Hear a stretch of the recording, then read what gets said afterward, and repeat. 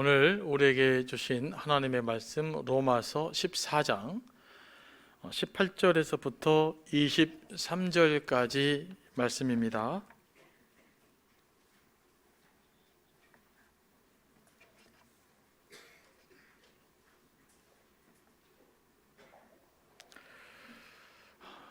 한 절씩 교독합니다.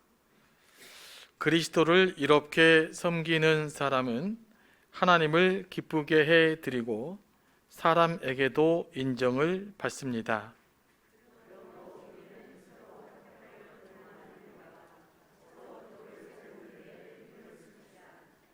하나님이 이렇게 놓으신 것을 음식 때문에 망치는 일이 없도록 하십시오. 모든 것이 다 깨끗합니다. 그러나 어떤 것을 먹음으로써 남을 넘어지게 하면 그러한 사람에게는 그것이 해롭습니다.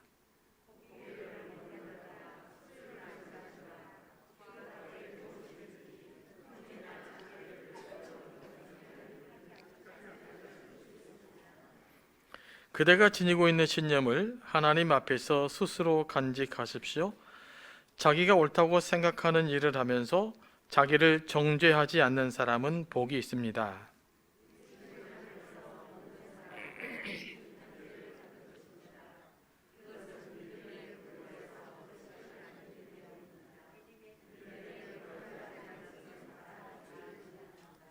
아멘. 말씀을 위해서 기도합니다. 성령 하나님, 이 시간도 우리를 감동하시고 우리에게 필요한 말씀으로 채워 주옵시고 또 말씀이 잘 이해되게 하여 주옵소서. 그래야 말씀이 우리의 삶에 피가 되고 살이 되게 하옵소서. 예수님의 이름으로 기도합니다. 아멘. 로마서는 계속해서 약한 자와 강한 자, 고기를 먹을 수 있는 사람, 없는 사람, 견해의 차이, 이런 것들이 교회에서 조화롭게 하나가 되어야 된다는 것들을 이야기하고 있어요. 그 부분들을 계속 이야기하고 있는데 이게 상당히 중요한 부분이었던 것 같아요. 이 부분이 15장까지도 연결이 됩니다. 그러니까 이 음식을 먹는 문제가 단순한 그냥 기호의 문제를 떠나서 의외로 심각한 교회의 갈등의 요소가 되었던 것 같아요. 그래서 이런 문제를 사도 바울이 해결하기를 원했죠.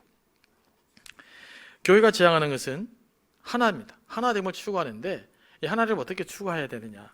그러니까 저희들이 그리스도 안에서 우리가 서로 사랑하는 교회라는 공동체에서 식구로 살아가고 있잖아요. 하지만 우리 모두는 그럼에도 불구하고 하나됨을 추구해 가야 되는 것입니다.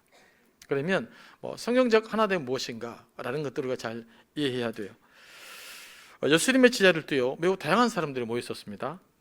어부들도 있었고 세리도 있었고 독립투사에 해당되는 열심당원들도 있었어요. 그리고 다혈질적인 사람도 있었지 않습니까? 세심한 사람도 있었고요. 또 도마처럼 분석적인 사람도 있었어요. 그러나 이들이 처음에는 서로 갈등도 빚었고 생각도 달랐지만 예수 그리스도 부활 이후에 오순절에 성령을 체험하고 나서는 그들이 하나가 됐다는 거예요. 그러니까 각자 다른 성향을 가졌던 사람들, 그러나 그들이 그리스도의 부활을 경험하고 성령을 체험하고 나서 그들은 다시 하나가 되었다라고 하는 것을 우리는 기억해야 됩니다. 그러므로 우리가 교회에는 다양한 성도들, 다양한 구성원들이 있지만 또 다양한 생각들, 다양한 의견들을 가지고 있지만 그 모든 것들이 그리스도의 십자가의 보혈의 능력 아래서 성령 안에서 하나가 될 수 있어야 됩니다.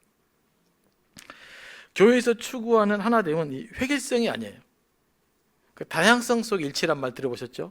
다양성 속의 일치가 교회에서 추구하는 진정한 하나 되는 것입니다. 우리가 일치를 잘못 생각하면 너와 내가 생각이 같아야 된다 이렇게 생각하면 이건 일치가 아니에요. 그러니까 독재 이런 것은 이것이 가능하지만 이런 획일적인 하나됨은 성경에서 이야기하고 있지 않습니다. 각자가 다르고 각자의 개성이 존중되고 각자 다른 가치관을 가지고 있지만 그럼에도 불구하고 예수 그리스도 안에서 성령 안에서 우리는 하나라는 고백이 있어야 돼요. 그러므로 서로 다름을 또 수용하고 서로 다름에도 불구하고 한 발 양보하고 그래서 그리스도의 이름에 걸맞는 하나됨을 만들어 가야 되는 것입니다.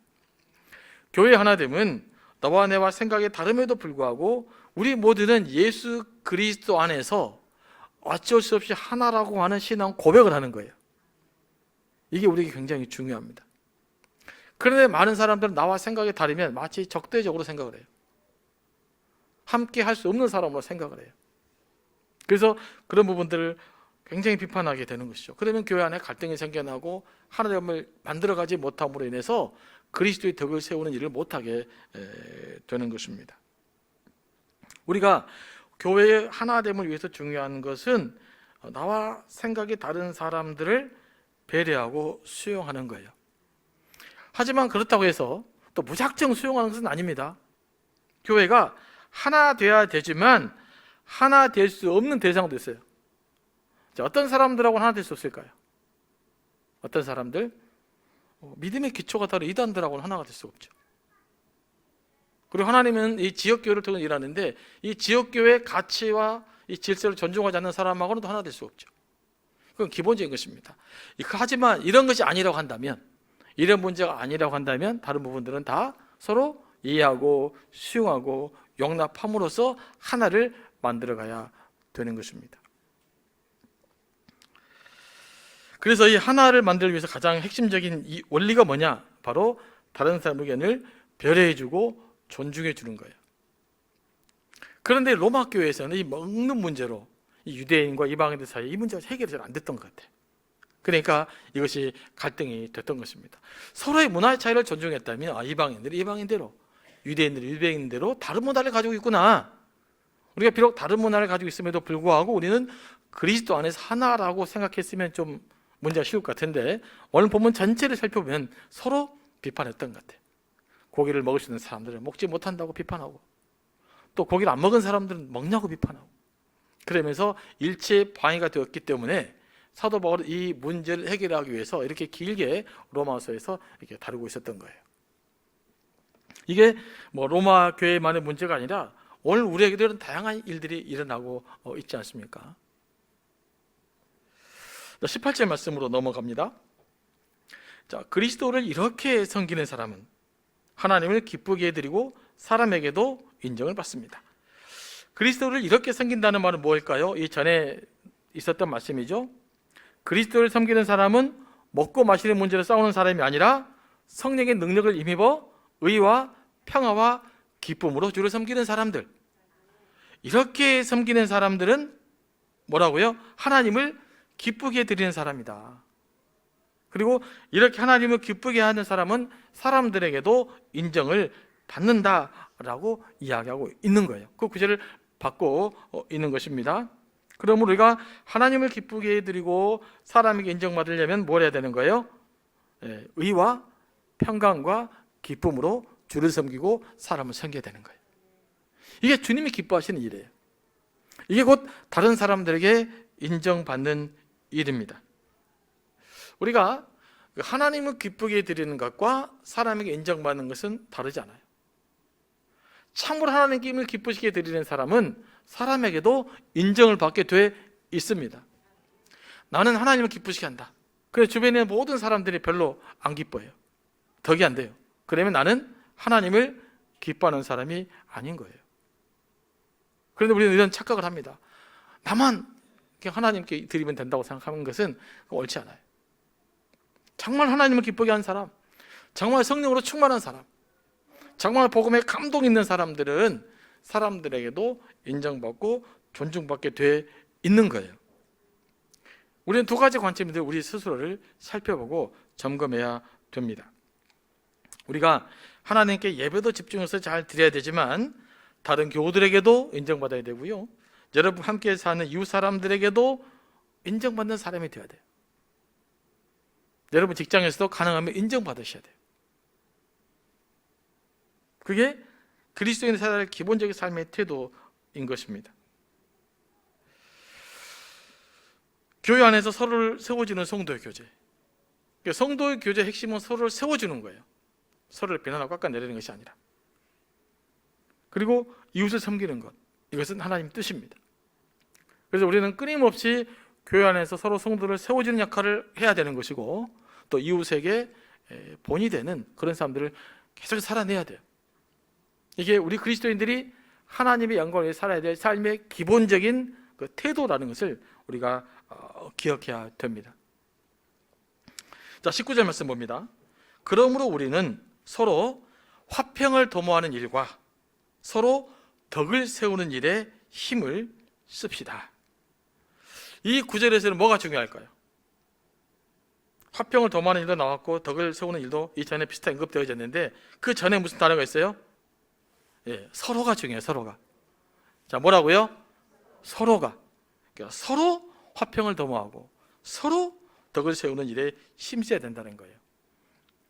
여러분, 이 교회라는 공동체 안에서요, 화평의 관계는요 일방적으로 이루어지지 않아요. 왜냐하면 여러분과 저는 아직 주님처럼 사랑할 만한 능력이 없기 때문에 그래요. 이게 인간의 현실이에요. 그럼 우리 인간의 현실성, 이 한계를 갖고 있는 인간이 어떤 공동체를 만들며 살아야 되는가? 그거는 원사이드는 없어요. 일방적인 것은 아무것도 없어요. 반드시 서로 사랑해야 돼요. 서로 덕을 세워야 되는 거예요. 그러니까 서로 화평해야 되는 거예요. 그러니까 뭐 내가 잘못을 해놓고 네가 알아서 풀리지 말듯이 해라, 이런 것도 있을 수 없는 거예요. 서로가 중요하다고요. 서로. 네. 그런데 우리의 문제가 뭡니까? 서로 사랑하지 않고 네가 사랑해라, 네가 덕을 세워라, 자꾸 그러잖아요. 그러니까 문제예요. 그래서 우리가 너를 이야기해버리는 순간, 내가 아닌 너에게 어떤 책임과 의무를 던져버리는 순간 우리는 이미 왜곡된 길을 살아가는 거예요. 그러잖아요. 우리 서로 잘합시다. 나도 잘할 테니까 당신도 잘합시다. 우리 함께 잘합시다. 이게 그리스도인들이 해야 될 일인 것입니다. 그런데 신앙이 성숙하지 않고 왜곡되면 나는 안 보고 항상 네가 잘못했다, 너를 향한 거예요. 너를. 그러니까 자꾸 너를 향한다 그러면 이미 내 신앙사고는 왜곡돼 버린 거예요. 너가 아니라 누구라고요? 우리가 함께, 나부터 이 언어를 끊임없이 회복해야 됩니다. 뭘 회복해야 된다고요? 나부터, 우리가 함께. 끊임없이 교회는 이 이야기를 할 수 있어야 되는 거예요. 그래서 이 서로라는 관점이 빠져버리면 반드시 뭐가 된다? 어떤 이야기든지 다 왜곡되기 마련이에요. 아무리 좋은 이야기도 교회 안에서는 서로가 빠져버리면 안 되는 거예요. 우리 교회도 무슨 교회입니까?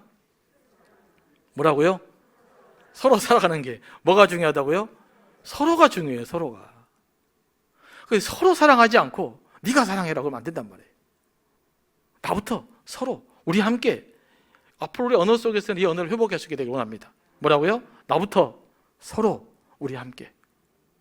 끊임없이 이런 고백을 해가야 교회의 하나됨을, 일치됨을 우리가 이루어갈 수 있는 것이에요. 그래서 내가 누군가에게 잘못한 일이 생각나거든 좀 마음이 어려워도 용서를 구하시기 바랍니다. 그리고 누군가 용서를 구하면 힘들더라도 또 용서해 주시기 바랍니다. 용서를 구하고 용서해 주고. 용서를 구해야 돼요. 용서를 구하지 않고 용서받기를 원하는 것은 성경적이지 않아요. 그죠? 내가 용서를 빌지도 않고 있어요. 난 아무것도 뉘우치지 않고 있어요. 그게 네가 나를 용서해라. 여러분, 그 말이 되겠어요? 그럴 수 없는 거예요. 반드시 서로 용서하고 용서받는 것. 그래서 내가 잘못해서 용서를 빌 수 있어야 돼요.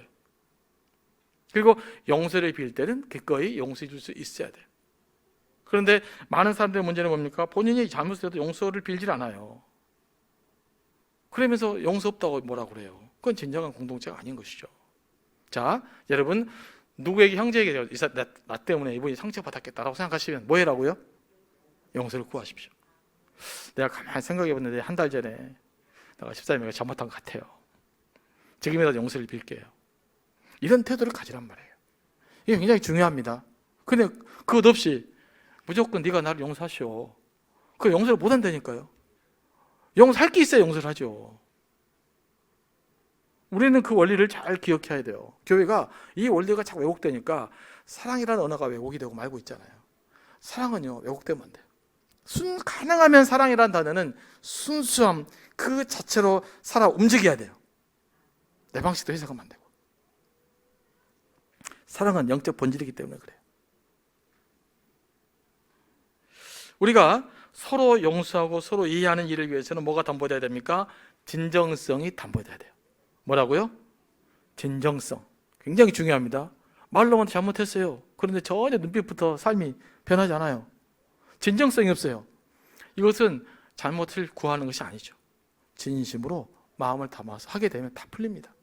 그런데 뭐가 문제예요? 진정성이 담기지 않으니까 이 말씀을 못 믿는 거예요. 그래서 우리가 내가 무언가를 잘못했다라고 할 때는요, 진정성 있게 이야기해야 됩니다. 사람은 다 압니다. 모르는 것이 아니에요. 그냥 이빨 소리 하는 건지, 마음을 담아서 하는 건지, 진심으로 하는 건지 조금만 보면 금방 확인할 수 있거든요.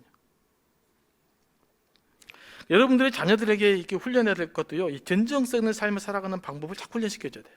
여러분 자녀들에게 좀 진실하게, 좀 손해 보더라도, 좀 늦게 가더라도 좀 진실하게 살아라. 그런 것들 자꾸 가르치시기 바랍니다. 자꾸 성공해라는 이야기 하지 말고 어떻게 하면 진실하게 살까? 근데 여러분, 진실하게 열심히 살면요, 잘 살게 돼 있어요. 기본적으로. 그러지 않습니까? 여러분, 진실하게 열심히 사는 사람들 치고 뭐 잘못된 거 많이 봤습니까? 거의 없어요.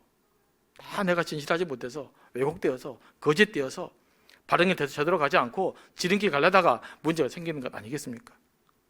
그래서 나도 진실하게 살고, 우리도 진실하게 살고, 특히 자녀가 어르신 분들은 어르실 때부터 진실하게 살아가시도록 자꾸 훈련시켜 주시기 바랍니다. 그 위에 지식이 쌓이면, 그 위에 능력이 쌓이면 이게 꽃을 피우게 돼 있어요. 그런데 내가 손해볼 것 같으니까 다른 사람이 눈이 무서워서 사과한다거나 용서한 척 하는 것은 영적으로 매우 위험한 일입니다. 왜 그럴까요? 여기서 한 발 더 나가면 거짓과 위선이 되어버리기 때문에 그래요. 제가 지난번에 한번 이야기한 적이 있죠. 존 오투버그라는 분이 이런 이야기를 했어요. 영적으로 가장 위험한 것은 영어로 수도 트랜스포메이션이다. 이 수도라는 뜻은 가짜라는 뜻이에요. 그러니까 가짜로 변화되는 것. 다시 말하면 변화된 척하는 것, 용서하는 척하는 것, 용서를 구한 척하는 것, 사랑하는 척하는 것, 이것은 가장 위험하다는 거예요. 그런데 자칫 살면 저와 여러분들이 뭐 할 수 있어요? 이런 척 할 수 있어요. 내가 용서한 척 할 수 있어요. 사랑한 척 할 수 있어요. 여러분, 사랑한 척 하는 것은 쇼입니다. 우리는 사랑한 척 하지 말고 사랑해야 돼요. 용서를 구한 척 하는 것이 아니라 용서를 빌어야 돼요. 용서하는 척 하는 것이 아니라 용서를 주어야 돼요. 이게 진정한 변화입니다. 끊임없이 저와 여러분의 가장 큰 위험성은 여기에 있어요. 저도 마찬가지고요, 여러분도 마찬가지라고요. 경건한 척 하는 거예요. 성령으로 충만한 척 하는 거예요. 내가 영적인 척 하는 거예요. 이거는 절대로 영적 성장에 도움이 안 됩니다. 그래서 정말 나의 현실을 직시해야 돼요. 내가 누구냐, 하나님 앞에. 내가 어떤 존재인가. 여기에 대한 끊임없이 질문하고, 내가 누구인가를 끊임없이 묻고 질문하고 하나님 앞에 내 자신을 세워놔야 우리가 진정한 영적인 변화를 경험할 수 있게 될 것입니다. 다시 한번 말씀드립니다만, 인간관계에서는 원사이드는 불가능합니다. 우리 안에서 할 수 있는 모든 것들은 영어로 말하면 give and take예요. 주는 것이 있으면 받는 것이 있어야 돼요. 반드시 사랑의 원리는 이 원리로 작용됩니다. 인간은 한계를 갖고 있기 때문에. 하나님만 우리를 일방적으로 사랑할 수 있어요. 우리가 그리스도 안에서만 그래도 일방적으로 사랑해 보려고 애를 쓸 수가 있어요. 하지만 그렇게는 어렵잖아요. 저도 지금까지 한 번도 일방적으로 사랑해 본 적 없는 것 같아요. 제가 여러분보다 부족한 것 같긴 합니다만, 여러분 어떻습니까? 정말로 한순간도 일방적으로 순수하게 사랑해 본 적 있으십니까? 쉽지 않잖아요. 이게 우리의 실존이란 말이에요. 그러니까 우리가 그런 것들을 알면서 여기서부터 늘 출발해야 됩니다. 늘 좋은 말, 이빠른 말 언제나 할 수 있어요. 멋있는 말 다. 하지만 그게 진짜가 아니잖아요. 현실 앞에서 내가 누군지를 더 깊이 깨닫는 것, 이것이 중요하단 말입니다. 그러면 이제 서로 사랑하라는 말, 서로 용서하고 서로 용납하고 서로 덕을 세우라는 일을 우리가 온전히 이해할 수 있는 것입니다. 그런데 자, 이제 19절 후반절 보면 우리가 서로 화평을 도모하는 일과 서로 덕을 세우는 일에 뭐 하자고요? 힘을 씁시다. 다시 말하면 서로 화평하고 서로 덕을 세우는 일에 최선을 다합시다, 이 말이에요. 여러분과 저는 서로 덕을 세우고 서로 화평을 도모하는 일에 최선을 다해야 될 줄로 믿습니다. 이게 우리 그리스도인들이 교회에서 살아가는 삶의 방식인 것입니다. 어디 교회뿐이겠습니까? 여러분의 가정에서, 여러분과 친구들과 관계에서, 직장에서 이렇게 해야 되지 않겠습니까? 이런 삶의 원리를 가지고 우리 그리스도인들은 이 땅을 살아내야 될 책임이 있는 거예요. 자, 4절 말씀 봅니다. 20절 말씀 봅니다. 20절. 하나님이 이렇게 놓으신 것을 음식 때문에 망치는 일이 없도록 하십시오. 지금 전체 로마서를 보면 이 말이 되시죠. 이제 모든 것이 다 깨끗합니다. 그러나 어떤 것을 먹음으로써 남을 넘어지게 하면 그러한 사람에게는 그것이 해롭습니다. 21절. 고기를 먹는다든가 술을 마신다든가 그 밖에 무엇이든지 형제나 자매를 걸려 넘어지게 하는 일을 하지 않는 것이 좋습니다. 이 말씀은 잘 묵상하셔야 돼요. 이 말씀 안에 우리 그리스도인들이 어떻게 살아야 될지, 이 공동체는 어떤 삶을 살아야 할지 이 답이 나와 있어요. 그러니까 고기를 먹는 일, 여기서 술을 먹는 것은 이제 우리가 술로 번역되어 있는데 원래는 와인, 포도주를 먹는 걸 말합니다. 포도주를 먹는 일은 그 자체로 죄라고 볼 수가 없어요. 그리고 성경에서 포도주를 마시는 것은 특별히 금지되지 않았습니다. 특별한 몇몇 사람들 제외하고는, 뭐 나시린이라든지, 뭐 예수님도 물로 포도주를 만들었잖아요. 그리고 초대교회는 매주 성찬식을 했어요. 성찬식은 포도 주스로 한 것이 아니고 포도주로 한 거예요. 포도주와 빵을, 물론 포도주에다 물을 섞어서 먹긴 했습니다만은 당시 있는 문화가. 그래서 뭐 포도주를 먹어야 되느냐에 많은 실은 문제가 되지 않았었어요. 그런데 사도 바울은 포도주 문제까지도 언급하고 있어요. 좀 더 철저하게 이야기하기 위해서 그래요. 문제는 사람들마다 양심의 기준이 다르다는 거예요. 어떤 사람들은 자신들의 양심을 위하여 고기와 이 포도주를 먹으면 안 된다고 생각했어요. 그런데 그런 사람들까지도 배려해야 된다, 이렇게 이야기하고 있는 것입니다.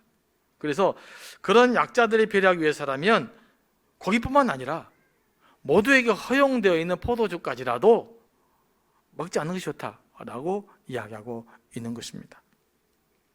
바울이 이렇게 말하는 것은 그만큼 먹는 문제에 대해서 우리와 다른 양심의 기준을 가진 상대방을 배려하라는 거예요.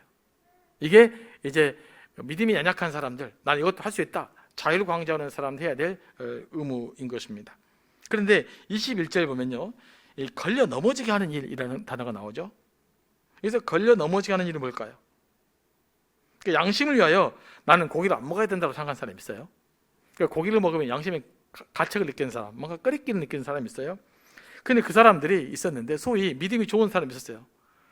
이번엔 너무 맛있게 잘 먹어. 그래서 막 권해. 그래서 나도 같이 고기를 먹어버렸어. 근데 먹고 나니까 양심이 꺼리적해요. 아유, 내가 이거 먹으면 안 되는데.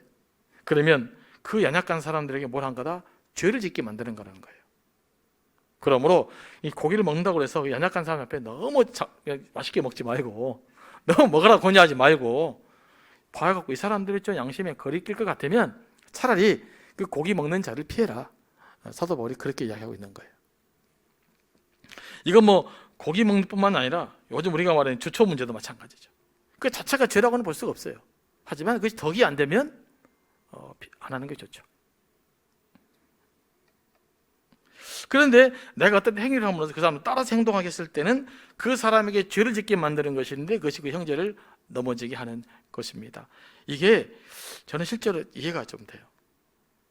그런 경우 있지 않습니까? 나는 이게 예를 들면 주일 성수를 꼭 해왔었어요. 그게 내가 아는 믿음을 따랐던 성경하는 선배님이 주일날 안 보이기 시작해. 그럼 어떻게 생각합니까? 내가 주일날 안 나가도 되나? 저는 실제로 그런 경험은 있었어요. 제가 믿음의 모델로 생각했던 선배님인데 주일날 가끔 빠져요. 우리는 주일날 빠지면 안 될 것 같잖아요. 왠지 한번 빠져보니까 괜찮아. 그럼 어떻게 되는 거예요? 그 사람 때문에 자꾸 주일날 빠지는 것이 습관화되고 합리화하게 된단 말이에요. 그러면 나이가 주일날 빠지는 행위가 다른 믿음이 연약한 사람들의 믿음에게 뭐가 되는 거예요? 걸림돌이 되는 거예요. 그래서 우리 특별히 이제 항존직분자들이라든지 이런 분들은요, 예배 열심히 참석해야 됩니다. 내가 참석하지 않은 것이 믿음이 연약한 자들에게 뭐가 된다고요? 걸림돌이 돼요. 이래도 되나 보다. 그래서 우리 이제 항존직분자들은 여기에 조금 더 의식을 좀 가졌으면 좋겠습니다. 나의 예배 태도 하나 자체가 자칫 잘못하면 다른 형제들에게, 믿음이 약한 사람들에게, 초신자들에게 뭐가 될 수 있다? 예배의 걸림돌이 될 수도 있다. 그런 의미에서 우리는 또 열심히 나와야 되는 거예요. 그런 의미에서 우리 행동 거지를 좀 조심해야 되는 거고요. 사도 바울은 고기와 포도주 먹는 문제를 율법적으로 접근하지 않고 연약한 자의 배려 차원에서 접근해요. 그러니까 내가 허용된 자유지만, 심지어 포도주 먹는 것은 아무런 문제가 없지만 그것까지라도 누군가가 문제를 제기한다면 나는 그것도 안 먹겠다, 이 정도 사도 바울 의식을 가지고 있었던 것입니다. 우리가 이런 정신으로 우리가 이렇게 먹는 문제를 해결해 갈 수 있었으면 좋겠습니다. 그러나 연약한 자에게는 또 그런 사람들 비판하지 말라고 그래요. 저 사람이 좀 자유롭게 누리면 그런 것보다라고 이해하면 되는데 또 서로 비판했던 거죠. 자, 22절 말씀 봅니다. 그대가 지니고 있는 신념을 하나님 앞에서 스스로 간직하십시오. 자기가 옳다고 생각한 일을 하면서 자기를 정죄하지 않는 사람은 복이 있습니다. 22절에 믿음이 연약한 사람들이 한 말이죠. 자기에게는 신념이 있어요. 나는 고기를 먹으면 안 되겠다라는 신념이죠. 유대인들은 나는 절기를 잘 지켜야 되겠다라는 신념이 있어요. 그러면 그 신념은 하나님 앞에 잘 간직하라는 말이에요. 그렇지 않으면 옳다라고 확신이 있음에도 불구하고 주변 사람들 보면서 눈치 보거나 그렇게 해서 자기가 옳다고 생각된 신념을 포기하는 일을 하지 말라, 지금 이렇게 이야기하고 있는 거예요. 먹는 문제에 대해서, 절기를 지키는 문제에 대해서 말입니다. 그러니까 양심에 거리낀 일을 하지 말라는 거예요. 뭐가 됐든지 간에. 그러니까 믿음이 연약한 자는 나는 고기를 먹으면 마음이 꺼림직해, 고기를 먹으면 죄책감을 느껴. 그러면 그 사람들은 고기를 먹으면 뭐가 되는 거예요? 죄를 짓게 되는 거예요. 그러니까 그렇게 사람들은 아예 고기를 먹지 말아라. 다른 믿음의 강한 형제들이 고기를 먹을지라도 그 사람은 그 사람의 문제고 나는 내 문제다라고 하면서 내 양심을 지키라, 이렇게 이야기하고 있는 것입니다. 그러니까 이 오늘 본문은 상당히 그 스펙트럼이 좀 넓어요. 우리 한국교회 하면 안 된다 그랬지만 여기는 오히려 될 수도 있고 안 될 수도 있는데, 될 수 있는 사람들도 안 될 수 있는 사람을 향해서 좀 조심하고, 또 안 된다고 생각하는 사람은 된다고 생각하는 사람에 대해서 굳이 너무나 비판하고 그러지 마라. 그 문제가 아니다, 이런 이야기를 하고 있는 것이죠. 어떤 의미에서는요, 우리 한국교회가 이 로마교회보다 훨씬 더 스펙트럼이 좁아요. 뭘 탁 접어놓고 그냥 하면 된다 안 된다 너무 쉽게 정죄하잖아요. 그런데 오늘 사도 바울은 서로 가능하면 정죄하지 말라고 하고 있는 거예요.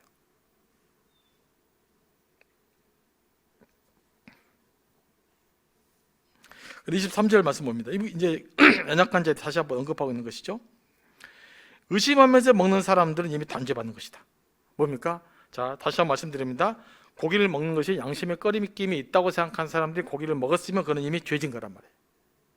그래서 뭔가 의심이 생겼다면 먹지 말라. 내가 뭔가 확신하지 못한다면 하지 말라, 이런 거예요.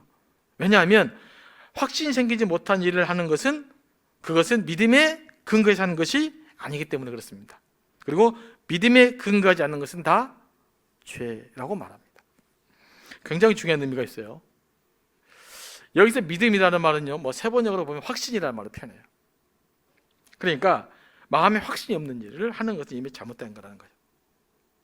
그래서 때로는 우리가 무슨 일을 할 때요, 성령이 주시는 마음의 확신이 올 때까지 기다리는 것이 중요해요.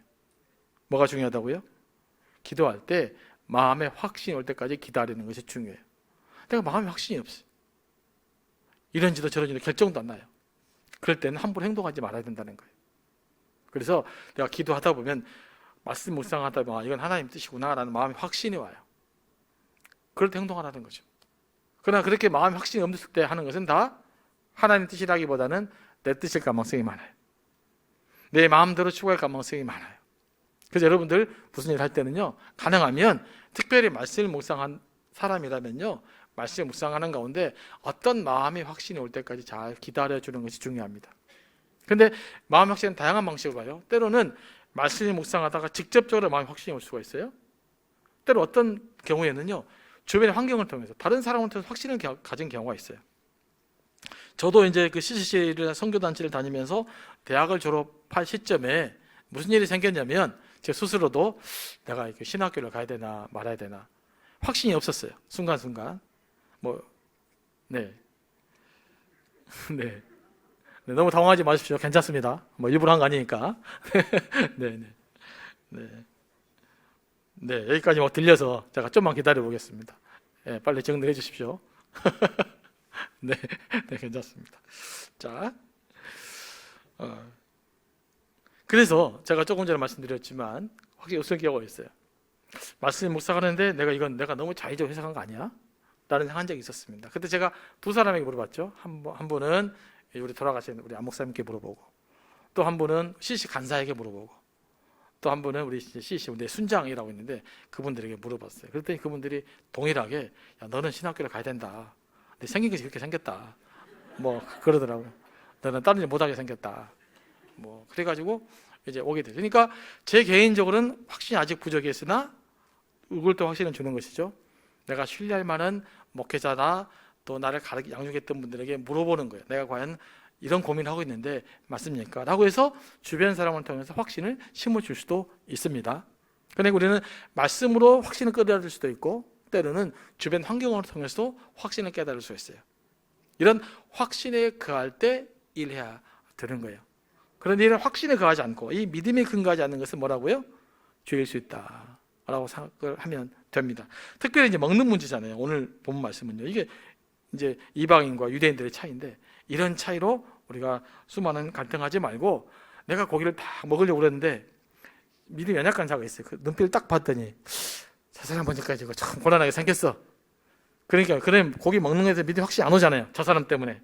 그럼 어떻게 하라는 거예요? 그 사람을 위해서 안 먹는 것이 좋다. 이 이야기하고 있는 거예요. 또 이제 연약한 사람은 저 인간도 저렇게 살면 안 되는데 하려고 그랬는데 말씀이 생각나요. 비난하면 안 되지 라고 생각이 있으면서 그 고기 먹는 사람을 또 비난하지 않아요.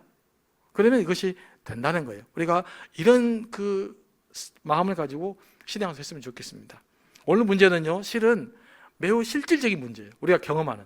그잖아요. 우리 삶 속에서 너무너무 실질적인 문제 아니겠어요? 이런 문제들이. 여러분, 교회 신앙은요, 무슨 큰 복음이 올려가지고 막 갈등 있는 사람이 없어요. 작은 문제로 갈등을 겪습니다. 뭐가 해야 되느냐? 말아야 되느냐? 할아야 되느냐? 말아야 되느냐? 오늘 할 것이냐? 말 것이냐? 이렇게 했는데 될 것이냐? 라고 하는 문제가 우리 실질적 신앙의 문제죠. 막 큰 문제, 막 이런 것은 우리한테 별로 경험되지 않거든요. 그리고 우리가 이 작은 문제지만 이 작은 문제들, 이 견해 차이들 이런 것들조차도 성령 안에서 말씀으로 또 하나님 뜻에 부합하게 믿음의 확신을 가지고 행동하는 저와 여러분 되기를 원합니다.